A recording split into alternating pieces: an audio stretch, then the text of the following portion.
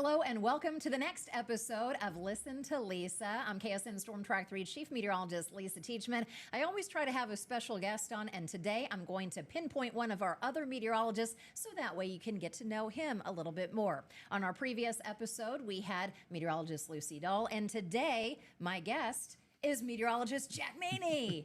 Woo! You're in the house. Yeah, I'm excited to be here. This is going to be a lot of fun, I think. It is great to have you here because to get to know you a little bit more, you are originally from Oklahoma, so you didn't come that far across the state line. Yeah, kind of the same neck of the woods, right?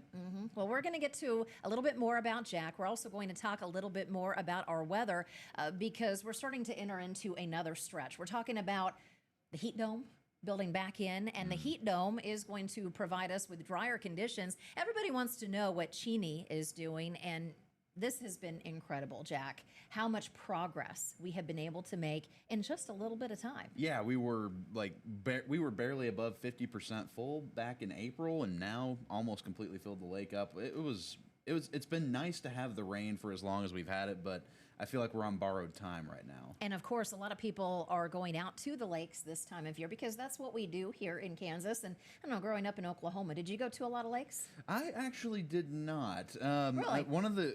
I remember I've gone to the lakes a few times. My family used to have a property out on Lake Eufaula in eastern Oklahoma. We had a trailer out there by the lake that we would go to in the summertime sometimes. And I just remember whenever we went out swimming in the lakes, and I just like the muddy bottom rivers and like lakes, just like you're walking out there to go Squishy. swim, and it's you're Little squishing squishy. around. You might run into a rock or something. It was fun, but also it was kind of one of those I'm glad I tried it things. I think maybe I'm just not quite the country boy I always thought I was, because if I'm going to have the option to go swim, I'm probably going to go to a swimming pool. And you never tried water skiing or anything like that? Never did have that. Really? Yeah, my family never owned a boat. My dad tried that. I actually found old video of my dad, this Super 8 video from the 1970s, way before my sister and I came along. And I was like, who is that? Is that my cousin Dale? No, that's your dad. And I thought, wow, that's kind of interesting because I never expected him to be on something like that. A lot of us are just, we're born on land, but we love to go to the lakes around here. Yep, it's a lot of fun. Good way to cool off this time of the year. But yeah, if I had access to a jet ski or a Sea-Doo or something like that, I feel like I'd be a little more excited to go out and head out on the lake, or maybe just a pontoon boat. Just go out and just chill out on the water, We're going to have to get you acclimated to that here on the other side of the state Lisa, line. you taking me out on your boat? Yeah, well, if I had one. But hey, from what I heard, if you've been watching Jeff and Julia, their after hours, they were talking about their Jeff's boats. Oh yeah, the boats that he's had. Yeah, he's got boats. Maybe we can hit him up. Yeah, we could always go over to Wilson Lake. On the KSN summer road trip, Wilson Lake, I believe, is probably one of the prettiest lakes that we have here in Kansas. If you ever get a chance to drive up toward Wilson Lake, please do so. I know a lot of folks will go out there and camp. When I was a kid growing up, a lot of times we would go out to Lake Afton. We've been out to Lake Cheney, went out to El Dorado Lake quite a bit as I got older. And then when I was in college, it was all about Winfield Lake. And I don't know why we decided to change things up and go to Winfield Lake. Whatever's in style at the time. I'm a big fan of Afton Lake because I've gone to the observatory that's next to Afton Lake. That's a really cool place. That was the first time I ever got to see Saturn right through the telescope as a kid. It was. I got to see that just maybe 6 months ago. Went back in the wintertime. Wintertime's a really good time to do astronomy because literally the atmosphere is not quite as thick, so usually you have a little bit more of a clear view of the cosmos just from ground level. And when I was really, really young, I'm old enough that I remember when Halley's Comet was such a big deal because back in the 80s, it came around, but I remember us having cloud cover and nobody got to see it. Oh. Because I went out to Lake Afton with the family because we were all hoping to see Halley's Comet out there, and we didn't because of the cloud cover. Yep. I'm glad I got to go see there was the comet that appeared last fall. I think it was called Sushin-Chan Atlas. Yep. If I'm remembering correctly. But yeah, that was a beautiful sight. And it was just a little faint trail in the sky. I'd really love to see one of those big, really bright comets like Halley's Comet. Okay, I need to show you some of the photos that I took in the late 1990s. I think it was it would have been the late 1990s, because I was with meteorologist Dave Schaefer, who worked here, and Dorian Burnett. Dorian and I were interns in the 90s here through the early 2000s, and we all got to go out. I don't know, maybe we went out to Pawnee County, Edwards County. I just remember we tried to get away from the city lights as much as possible. And we went over to see Comet Hale-Bopp. I'll show you those photos. Those are really, really cool. Another thing we're talking about is the drought. Virtually no drought across southern Kansas except for Gray County and a small portion of southeastern Finney County. But you go up toward northern Kansas, this is where we desperately need some moisture. And it looks like because of the way the weather pattern is going to be changing, this is going to be a spot that could pick up a little bit more rainfall over the weekend, next week, and just because of the heat dome. Yes, the classic ring of fire pattern that we talk about. Yeah, whenever we're setting up the heat dome, like we're going to be doing over the next few days around the edges of that heat dome, we usually wind up with some little disturbances moving through, some scattered showers and storms. And as long as we can keep that over those more drought-stricken areas of Kansas and also southwest Nebraska, that's definitely some good news. But I know a few folks around the area from this past week we've had a few areas of flooding that are so. Maybe folks in like Sumner, Cowley County might be thinking, you know what, maybe We've had too much. It's time to let the rain give it a rest for a little while. Yeah, a lot of the streams, creeks, and rivers in Sumner County in particular, like around Mayfield, picking up 6-7 inches of rainfall. We really had a bullseye in that part of Sumner County this week. Yeah, absolutely. And whenever you get those big, heavy rainfall totals, I know the Chicaskia River was really one of the ones that was entering into a minor, I think it got up to a moderate flood stage, actually, before things started to come down. But it's good to see the rain kind of taking aim at those drier portions of the area for the time being. But we'll just see how long it lasts because, once you get into that heat dome, if it moves right overhead, then you're just done. Yeah, and speaking of the heat dome, this is what it's going to mean for our temperatures going forward. It's hot, it's hot, it's hot. Everybody around here typically expects hot temperatures in July and August. It comes with the territory of living in the plains. But as a kid, I always remembered more of the triple-digit days for whatever reason in August. But we actually peak with our hottest temperatures, like in Wichita, 93 degrees right about now. Yeah, and I also remember that. It seems like the triple digits. Yeah, triple August digits usually seemed like it was either late July or early August was usually kind of the absolute peak of things. But yeah, in Wichita, I guess it happens just a few weeks earlier because we trip over into that the highest average temperature that we have at 93 degrees. That starts early July. It does. And then we start to back off toward late July. We're dropping to around 92, then 91, then 90 degrees for our average. And then, of course, it starts to dip even more. But we could still have triple-digit temperatures into September and October. Some parts of western Kansas well in October. Yeah, it happens. When it happens in October, I always am just thinking, like, come on, guys. You're ready for fall. By that point, if we have a triple-digit day in October, I'm always just like, this is awful. Yeah, like, you're done. We're so You're ready done. for that cold front. And usually, if there is a triple-digit, then there's almost always a cold front following right behind it. True story, true. One of my things my mom used to always say, she would always get so upset. She would always be wondering, why do we have to start school around August 17th, August 18th? She originally came from the East Coast, where they would kick off the school year after Labor Day when temperatures start to cool. And she says, that makes more sense, especially for around here. Why can't we wait until after Labor Day? And I said, well, Mom, maybe it has something to do with the harvest. You get the kids out of school earlier in May, have a little bit of a break, because then once you get into the month of June, you're dealing with the wheat harvest here. Yeah, that's one reason. And also now that we have air conditioning, we don't really have to worry about getting out of those really hot schoolhouses and as early as we can and coming back later. So very true. We're less beholden to the weather than we used to be 100 years ago. All right, so let's get used to temperatures in the 90s, triple digits coming at us full force. One thing, though, when you look at the computer models, we're actually starting to back off with some of the dew points. The dew point is the point at which dew forms. The higher the number goes, upper 60s into the 70s. 70s especially, it feels like a steam bath. But when you're talking about more in the 63, 65, 66 degree range when it comes to the dew points, that's a little bit better. Yeah. So at least there's a give and take, but it's still not going to take much for us to push over the threshold of feeling like 103, 105 once we get into next week. Yeah, and the one way I always try to visualize the dew point is it's the way that made the most sense to me was It's the temperature that your glass has to be, your cup of like water has to be in order for it to start sweating. And yeah, if your dew point's at 70 degrees, you have a 65-degree glass of water, then you're going to start seeing sweat on the glass. Yeah, there you go. We're going to see a lot of sweat on the glass here pretty soon because it's the heat dome, extensive heat dome that is going to be lasting through the end of July into the 1st of August.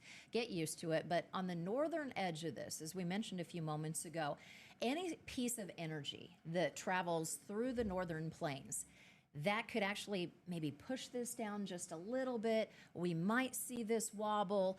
Some models were showing that it was going to wobble a little bit more to the southeast next week. That's the reason why central Kansas is probably going to have some of the hotter temperatures, but you're going to be more in the position in western Kansas of slightly cooler air, still hot, upper 80s, lower 90s, with better chances for maybe some thunderstorms. It all depends on where you are around that ring of fire. Yeah, exactly. It's kind of like having a pot on a pot of boiling water. Right in the center of that, no steam's escaping, but you can get some steam to escape around the edges of that lid.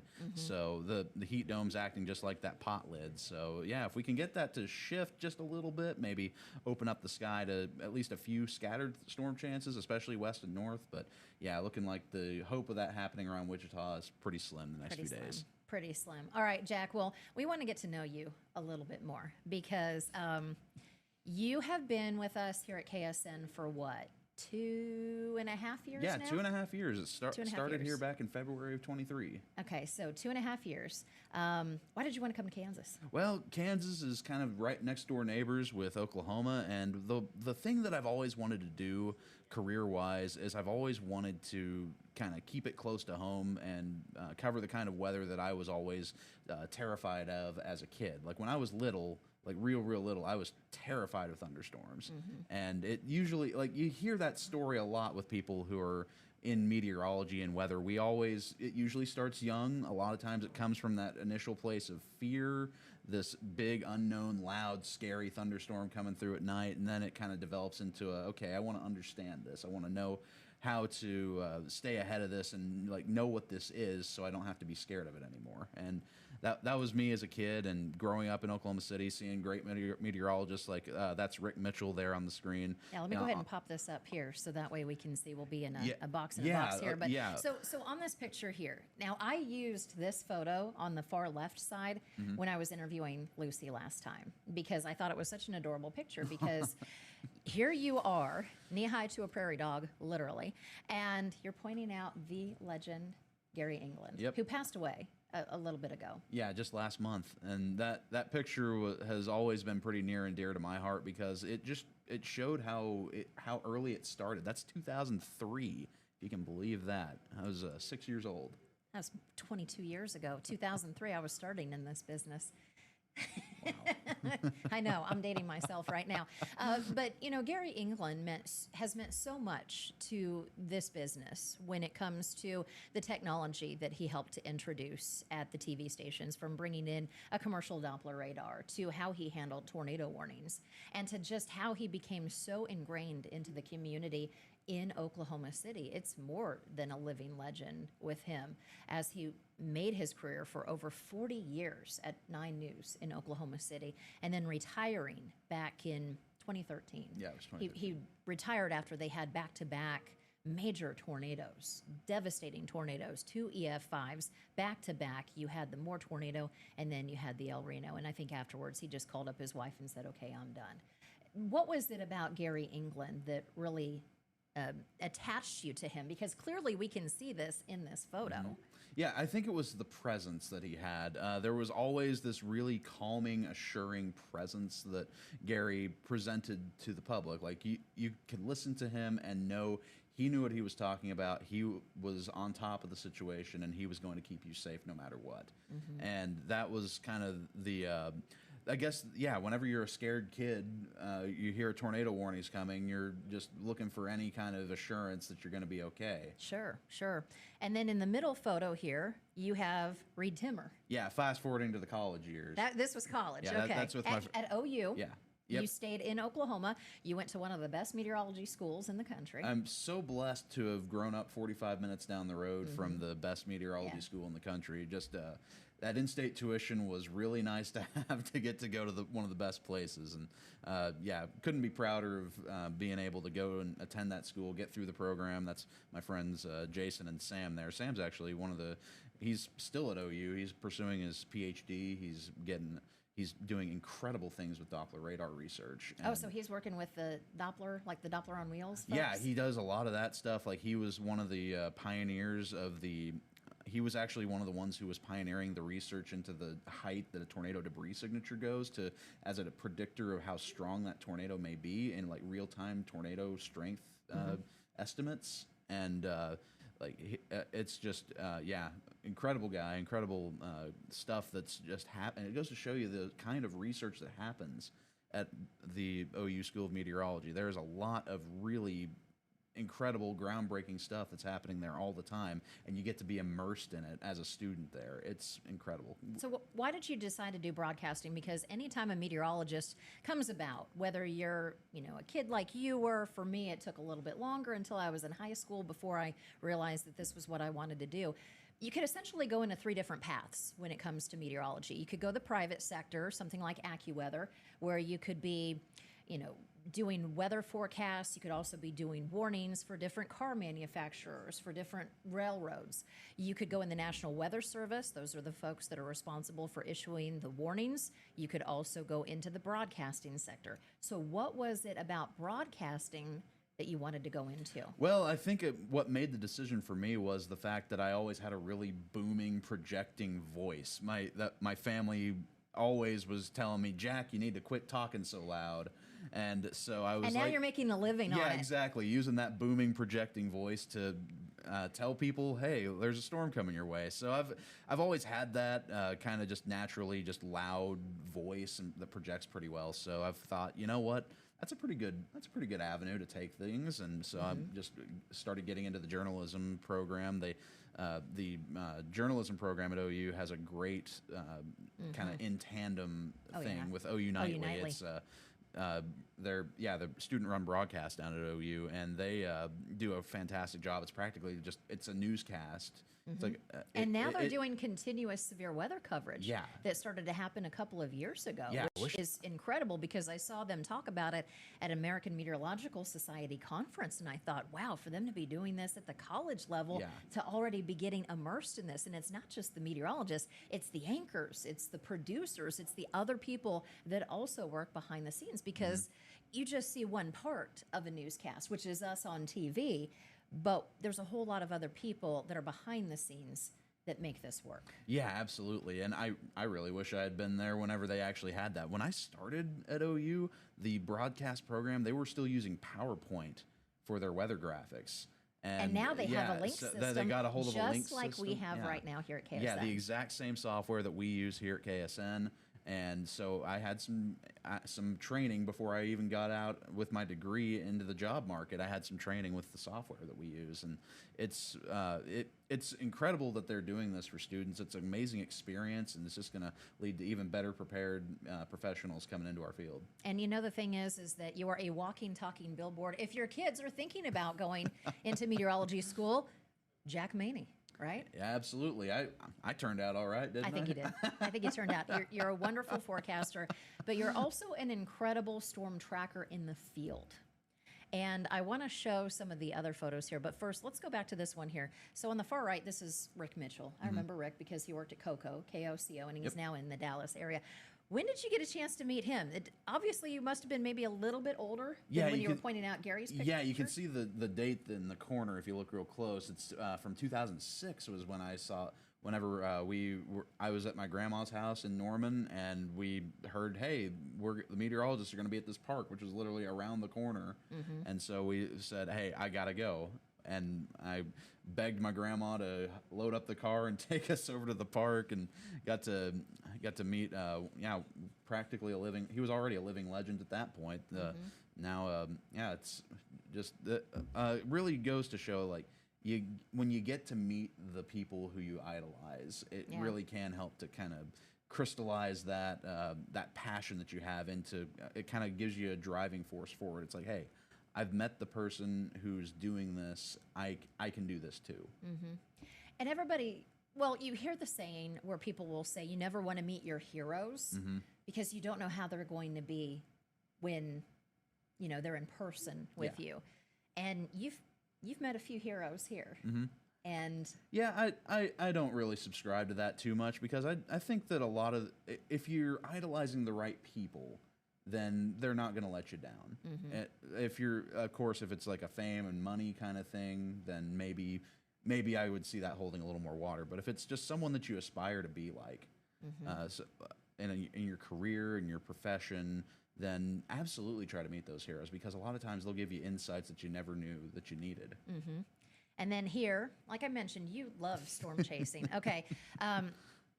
This photo that is on the far left, that's pretty funny to get something like that. And then in the middle, was this your first full-time TV job right here? Or were you That was OU interning? Nightly. That was OU Nightly. That's okay. OU Nightly. That's when I was still in college. I think that was either late 2019 or early 2020, maybe right before COVID happened. Yeah. COVID kind of changed things when you were in college. Changed the game a little bit, kind of shut us down for a semester, but we were right back in the studio by that fall. Okay. That's pretty quick. Just masks on, of course. Yeah, Gotta remember the safety protocols, but yeah, we were back into the studio by that fall semester and back to producing newscasts. And were you obviously chasing in Oklahoma on the far right? Yep. Considering the red dirt? Yeah, that's up near Enid. Took that picture back in May of 2019, and yeah, I was getting some really beautiful pictures of these thunderstorms. There had been one lone isolated supercell that kind of started congealing into a line right at sunset. It's probably the best time to get storm photos, right at sunset. Think back to the first time that you ever saw a tornado. And I'm talking about chasing it. I'm not talking about you come from the Oklahoma City Metro. Any given day there could be a tornado in the Oklahoma City Metro. But what was your first chase experience when you saw your first tornado? And what did you feel like after you saw that first tornado? Seeing that first tornado was an incredible thrill. It's this thing that I've been studying in school for a couple of years. I think it was 2017 at that point because I had seen tornadoes before. I grew up in Oklahoma City and Yukon and saw both El Reno 2011 and 2013 basically from my front porch, off in the distance, of course, thank goodness. But yeah, actually pursuing a tornado and seeing it in person, I think one of the first ones I actually successfully chased because I remember I chased the entire 2016 spring without any success at all. That was my first spring getting out there, but you learn how to read storms a little bit, you gain some experience, and by 2018 I actually was on a tornado near Tescott here in Kansas, and that was it was a big tornado. Yeah, big tornado that day, and that was it was just this feeling of everything coming together in this moment. It's like I've learned how to predict these things, how to kind of read the storm and be in the right place at the right time. Right. And seeing all of this stuff, the atmosphere coming together and doing this incredible thing. Because a tornado it's a terrible, the force that they can impart on the world is terrible. But also the amount of factors that have to come together in just the right way for a tornado to actually occur. It's a lot. It's incredible. And seeing it all just happen right there before your eyes, understanding. And they get such a big tornado too with the Tescott one. Yeah. It was a thrill unlike any that I think I've ever felt in my life. And it of course, thankfully, most of that tornado's lifespan was spent over open fields, but there was some damage. I believe it was rated an EF3 at the end of the day. But that's the thing with a big tornado like that; it's really often pretty hard to get it to go completely without causing some damage somewhere. Right. Since you've been here, you have been a phenomenal storm tracker in Storm Tracker 3. Oh, if you guys are watching our severe weather coverage, I always love to put Maney out. And by the way, if you hear me say Maney, if you hear me say Boston, how often do you have two Jacks on the same weather team? And so that's why you can't just yell out in the weather team, hey, Jack, because I'm going to have two heads that are going to pop up that are going to turn around and say, what, Lisa? But that's why I call you Maney all the time. Hey, Maney. You have done such an incredible job. What is the one storm that really sticks out in your mind so far out of all the storms that you have chased in Storm Tracker 3? In Storm Tracker 3, I believe the one that really sticks out to me the most was probably the one that happened just a couple months ago in Plevna. That tornado was probably the most terrifying tornado I've ever seen in my life. Because you're seeing a wedge. Yeah, a wedge in absolute pitch darkness. Like around that storm, we had low clouds. Like the ceilings, the cloud deck was maybe 500 feet above the ground, just almost practically scraping the ground. So this tornado is just this big, wide, bowl-shaped lowering coming out of the sky. You can practically not see one side of it from the other at one point. And you're just waiting for the lightning flash to happen behind the tornado so you can actually see what's going on. And I'm thinking, as this comes into western Reno County, people who don't know what to look for, people who don't have that trained eye, they might not even see this thing coming. They had that concern in Linwood several years ago. Yeah. You had storm chasers that saw this huge wedge that was coming in. And a lot of people, if you're not trained, may think, well, that just looks like rain that's coming this way. No, that's not the case, because that is a full-blown tornado behind that curtain of rain. Yeah, absolutely. And that tornado was, just wide, low, mean. It was but coupling that visual that I had with the incredible radar imagery that we had. I didn't get close enough to actually hear the tornado itself roaring, but it's just, you see that in the distance, you think there might be somebody in the path of this. It was probably one of the most terrifying experiences I've ever been in. And I would probably have to say it was definitely one of the top 2 terrifying times for me since I've come back to become chief. I've now been chief back here at KSN for the last 8 years. And I think definitely April 29th, 2022, which happened before you came here, that was the Southeast Wichita Andover Tornado Day. And as a kid growing up around here, coming from Hayesville, I remember the April 26, 1991 tornado, and to see another tornado coming into Andover like that. And we had visuals on it from our Skyview camera at Wichita State University. Your heart sinks because you don't know who all is in the path of that, who might not necessarily be paying attention. You hope and pray that everybody is paying attention. If they're getting the WIA on their phone, that they are taking that seriously. But when you see this tornado in broad daylight, like the Andover one that we had a few years ago, and then that night with the Plevna, and you have an emergency, a tornado emergency issued for Greensburg. This is 2007 going back into my mind all over again. And then you have to do another tornado emergency for Plevna, because you don't throw those terms out loosely. You don't say a tornado emergency every single day. By the grace of God, seriously, that tornado must have just moved at, just a little bit to skirt around Greensburg. But then, of course, when you get a storm of that magnitude in tornadoes, they can only last for so long, and then they occlude, and then another one starts to form. That's why it took a little bit of time for the National Weather Service folks between all of these different offices to compare notes, to look at all of these different tracks. And did you have any other satellite tornadoes that might have been coming up?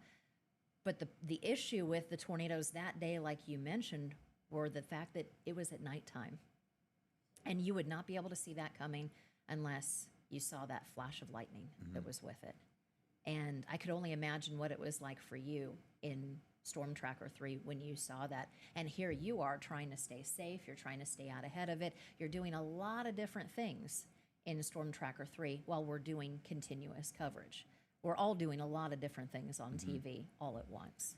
Yeah, and that's the thing about the Plevna tornado. I did not have a spare moment to think to just even take a picture of it or try to get a photo on my phone like I would usually do, because we were in the middle of that continuous coverage, and just knowing what's happening on the ground just maybe a mile to my north, and I'm just constantly checking roadways, like which road am I going to be able to stay on, like do I have escape routes in mind? Yes. Where just being ready to go for whatever this tornado may try to do. Because I was also preparing mentally, because if I was thinking if that tornado didn't turn off to the north like it did when it actually skirted just west of Plevna, it was on a track that would have taken it very close to Hutchinson. Yes. And that was probably when I realized that if this thing does not turn, if it does not lift, that this is going to be going into a very large population center. That was just, you feel that stomach drop. Yes. I'm so thankful that it did not turn out that way. The tornado, the storm had kind of run its course by that point, and it was running into more stable air. But goodness gracious, that was that was a night that I will never forget. Was definitely a night, I think, for all of us. And I know the cleanup will continue in Grinnell. They're going to have more cleanup days in order to put the last phase of cleaning up in Grinnell. And then comes the rebuilding. And you still have the scars that are going to last many years, maybe even the rest of folks' lifetime. They're always going to be looking at thunderstorms much differently. Well, switching gears, I want to talk a little bit about your family. We have a few photos here. Okay, tell me who we're looking at here. All right, so we are looking at a couple of we'll start with the dog on the left hand Cute side. pup. Oh, that's Dewey. He's not Dewey. not my dog. That's my family's dog. But I love him to pieces. He is probably the dopiest dog I've ever seen in my life. Just a big goober. Absolute sweetheart. I adore him. Just every time I get to see him, it's just always like we're besties, like instantaneously. And you also have birds. Yes. That's kind of the slightly less conventional pet that I have. That you can see perched on my shoulder there. That is Tsunami, my little parakeet. And I have a second picture that I took. I'm particularly fond of that one because I was taking a picture of her on my shoulder, and she decided to fly off right as I pressed the camera button. So you see me kind of like halfway blinking, and her just like blurred, like going out of the screen. It's a moment captured in time. So, but I love my birds. They're a little bit of a handful sometimes. They definitely like to make their presence known as soon as the light comes up. Whenever they wake up in the morning, suddenly everybody's awake. The entire house. I have a roommate that I live with, one of my friends from college, actually, who works with the National Weather Service here in town. We've been roommates for a couple of years now, and he's learned to live with the bird noise. Learn to live with the bird noise. Okay, so our next photo that we have here. Okay, tell me a little bit about where you are now. That's Storm Tracker. No, it is not actually. Okay, because I'm looking at what looks like a Suburban with the tailgate open and it's silver like ours. It might have been a Suburban actually, but yeah, Okay. that's the vehicle of one of our photojournalists from my previous station out in Lubbock. That was taken near the town. I believe it was near Littlefield, Texas. And yeah, we were doing some photography because that's another thing that I try to incorporate whenever I'm out in Storm Tracker. If I have some spare time, like a storm just looks really nice at sunset, I'll take my own camera gear with me, do some time-lapse photography. Like a couple of the time lapses that I've taken with Storm Tracker have actually wound up in a few of the promos that we've done over the years.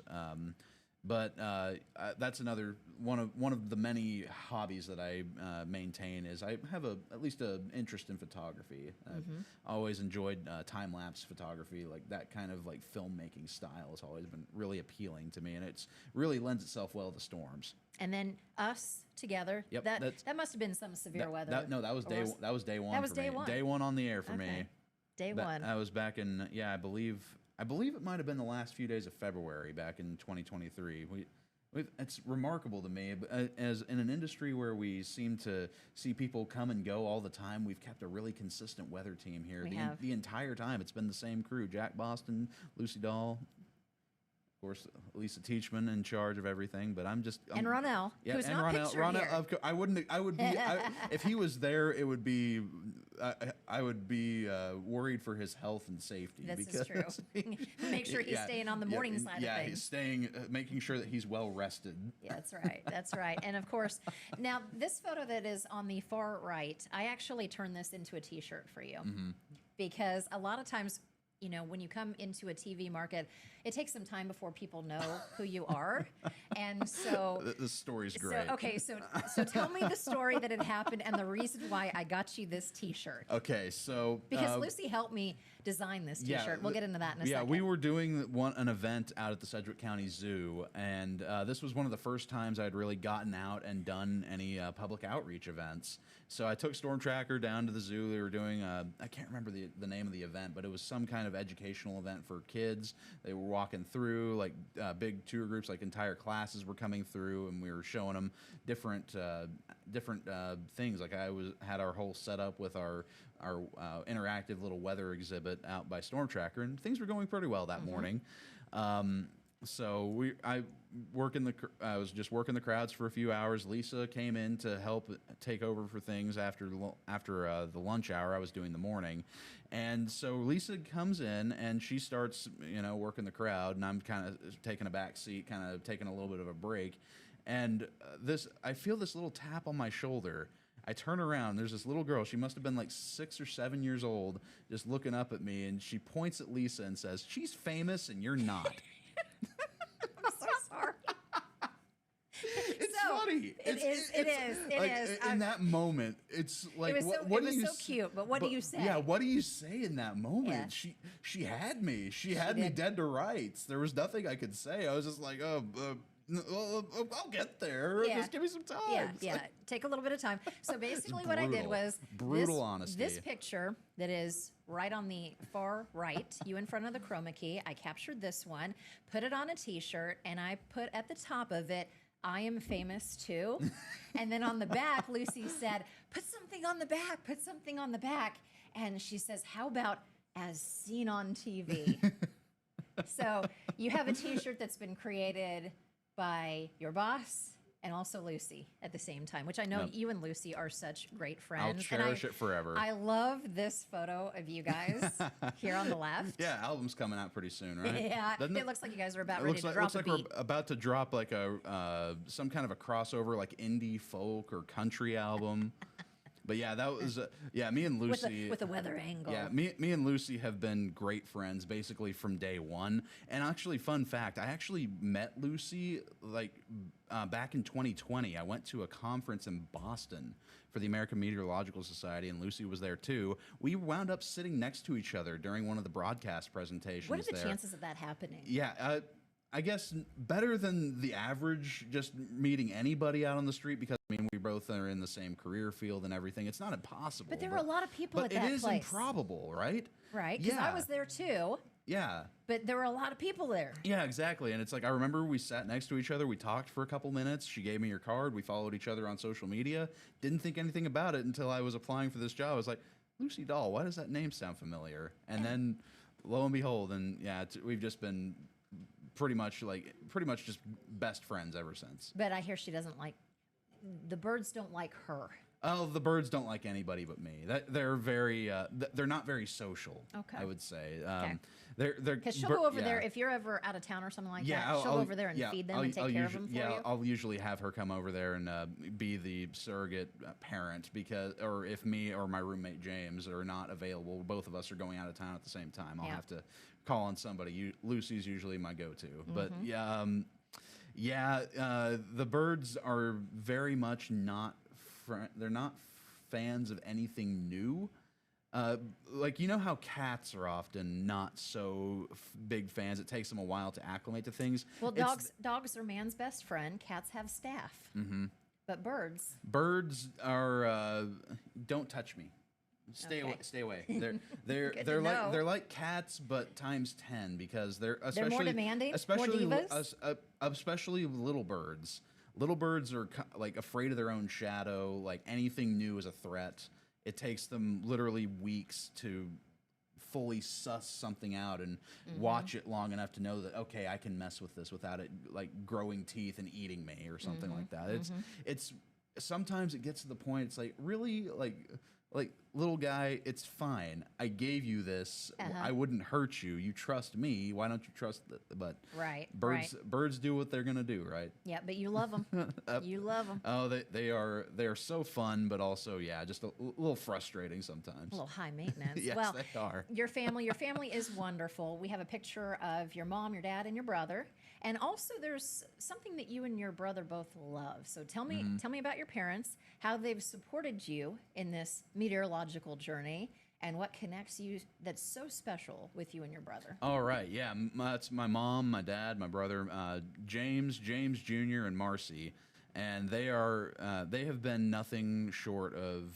They're the reason I'm here, sitting here, not just because I'm in this world because of them, but because they were so supportive and willing to help me get through college, through the highs and the lows. Because I tell you what, the math requirements at the OU School of Meteorology are nothing short of brutal. And you have to take the exact same course load as the engineers do. You go all the way through calculus, all 4 classes of calculus, Right. into differential equations. You're doing physics. You're doing all kinds of things. Statistics. Yes, statistics too. Oh my goodness, statistics was a murder course for me. But it's enough math that you go literally 1 class away from a math minor. I went ahead and got that, even though I failed several math courses during my time at OU. It took me almost 6 years to get through the entire program because of hang-ups. One math class held me up, and I had to wait an entire year to take the next classes that I needed that for a prerequisite in. And that's why you never give up. Never give up on your dream. My parents, despite the fact that I did struggle sometimes, they never gave up on me. They never said, Jack, we can't do this anymore. We think you need to change your major. They never once told me that we don't think that you know what's best for you. And without that support, that unconditional support that they gave me, I don't think I'd be sitting in this chair right now. And then your brother. And then my brother, he's always been well, let's just say that our relationship has improved in recent years because siblings never get along. Yeah, it was Never get along. Our theory is that I learned my booming projecting voice that developed out of a need to be able to yell "Mom!" as loudly as possible so that I could protect myself from whatever pranks and hazing that my brother was subjecting me to at that moment. And because I was always smaller than him, you can see I've always been the younger brother, but also he grew faster than I did too. Okay, so we're similar in the fact that we're the younger siblings, but you know what it used to be in my house growing up? What Mom used to say? Because I didn't have that booming voice. Mom used to say, better get away from your sister, otherwise you're going to cry. And guess who wound up crying? It was me. Yeah. Was that kind of the relationship with you and your brother? Yeah, he was definitely, he took the older sibling as the tormentor role very seriously, shall we say. But in recent years, we've, I guess, the whole younger, older brother dynamic has kind of smoothed out a little bit. Like, of course, it's one of those things. It's like, yeah, we did all these things to each other when we were younger, but you don't hold a grudge, No, right? you don't, because you're family. Nothing personal. It's just business at the end of the day. That's right. And you guys are bonded over trains. Yes. You are a big train person. And also that's another interesting parallel that I've noticed over the years is the weather community and the people who like trains. They're the practically the same circle on the Venn diagram. Mike Smith, same way. Mike Morgan, at OKC. Mike Morgan.